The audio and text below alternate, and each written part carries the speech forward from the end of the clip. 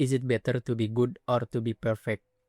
Lebih baik jadi orang baik atau jadi orang sempurna? Ini adalah pertanyaan bego. Kenapa? Karena belakangan ini, gue baru sadar satu hal.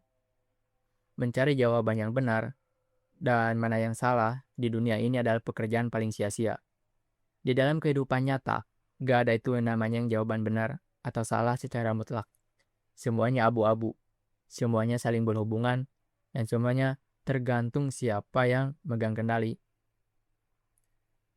Masyarakat kita itu terlalu mengkotak-kotakan secara steril. Ini benar, itu salah, ini beradab, itu biadab. Padahal aturan-aturan itu seringkali cuma lelecon yang dibikin biar orang-orang di atas bisa tidur nyenyak tanpa takut lu demo. Jadi kalau lu masih sibuk nyari kebenaran hakiki di dunia yang isinya cuma transaksi kepentingan, lu itu gak lagi filosofis, lu cuma lagi kesasar. Lu tahu Guru Gembul? Dia pernah cerita kalau sampai sekarang dia masih kesal setengah mati sama sistem pendidikan kita. Ceritanya, waktu sekolah dulu, jawaban ujian dia disalahkan sama gurunya. Menurut logika Guru Gembul, jawaban dia itu benar. Tapi kata gurunya, salah. Karena jawabannya tidak sesuai sama teks yang ada di buku. Saking dongkolnya, dendam masa kecil itu dibawa sampai sekarang dan dijadikan ambisi buat mengubah pendidikan Indonesia.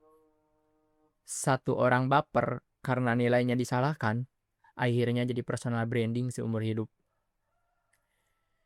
Tapi menurut gue, gurunya Guru Gembul itu gak salah. Kenapa? Karena itu emang sikap yang harus dimiliki seorang guru yang taat hukum, berintegritas sama sistemnya, punya pedoman, pegangan hidup seorang guru di sekolah formal ya buku teks. Jadi kalau jawaban lu gak sesuai sama isi buku, ya lu gak sesuai sama standar SOP pabrik. Simple kok, sesimpel itu. Guru Gembul komplain pakai logika dia. Kalimat di buku ini tuh artinya begini loh, dan interpretasi gue juga bener. Sementara gurunya pakai logika birokrasi. Gak ada interpretasi di sini, isinya harus sama kayak halaman ini, paragraf ini, kalimatnya harus sama, kata per kata. Dua-duanya benar di dunia mereka masing-masing. Yang satu benar secara esensi, yang satu benar secara administrasi. Masalahnya, sekolah itu emang bukan tempat buat nyari esensi. Lu harus paham sejarahnya. Pendidikan kita dari zaman dulu, mungkin sampai sekarang, emang diciptakan bukan buat kita menjadi pemikir bebas kayak Socrates. Sekolah itu didesain untuk mencetak pekerja. Kalau zaman dulu tujuannya adalah nyiptain pekerja yang nurut. Orang-orang yang kalau disuruh masuk jam 8 pulang jam 5, pencet tombol A ya pencet tombol A, gak usah banyak nanya. Kalau zaman sekarang, kurikulumnya agak di-upgrade dikit. Tujuannya berubah jadi nurut tapi lebih kreatif sedikit lah. Lu boleh berinovasi, tapi inovasi lu harus tetap menghasilkan duit buat perusahaan atau buat pemerintah. Lu boleh berpikir out of the box, tapi kotak lu tetap harus di-store ke bos lu di akhir bulan. Jadi kalau lu komplain kenapa sistem ini kaku, lu itu kayak orang yang masuk ke pabrik sosis tapi protes kenapa isinya daging semua. Ya emang itu fungsinya. Sekarang kita balik ke pertanyaan awal. Is it better to be good or to be perfect? Gue pribadi adalah seorang perfeksionis, tapi gue menganut perfeksionisme untuk diri gue sendiri. Maksudnya bukan buat nyenangin mata orang lain. Dan gue tahu, perfeksionisme itu sering dicap sebagai penyakit mental yang bikin orang analisis paralisis. Orang pengen bikin karya sempurna, akhirnya gak pernah dipublish karena takut jelek, takut dinilai ini itu. Tapi itu adalah perfeksionismenya orang miskin taktik. Perfeksionisme itu baru bakal jadi hal yang luar biasa bagus kalau lo punya resource. Apa itu? Persiapan dan cadangan. Sebelum lo memulai, lo udah punya persiapan yang matang. Dan yang paling penting, lu punya cadangan sebagai backup plan kalau hasilnya ternyata jelek di mata lu sendiri. Lu punya modal waktu, modal mental, dan modal energi buat menghancurkan karya lu yang cacat. Lu membangunnya lagi dari nol sampai memuaskan ego lu sendiri. Ini bukan soal hasil akhirnya harus dipuji orang lain, ini soal kepuasan jiwa lu. Lu merasa hidup ketika lu bisa mengontrol standar kualitas hidup lu sendiri. Itu merupakan bentuk tertinggi dari kedaulatan diri. Karena gue perfeksionis untuk diri gue sendiri, gue punya satu kekuatan mental. Gue gak peduli sama kritikan orang lain. Mau publik bilang karya gue sampah, gue gak peduli. Mau mereka muji-muji sampai terbang, gue juga gak butuh validasi. Kalau menurut standar internal gue itu jelek, gue bakal hapus dan gue ulang lagi dari awal.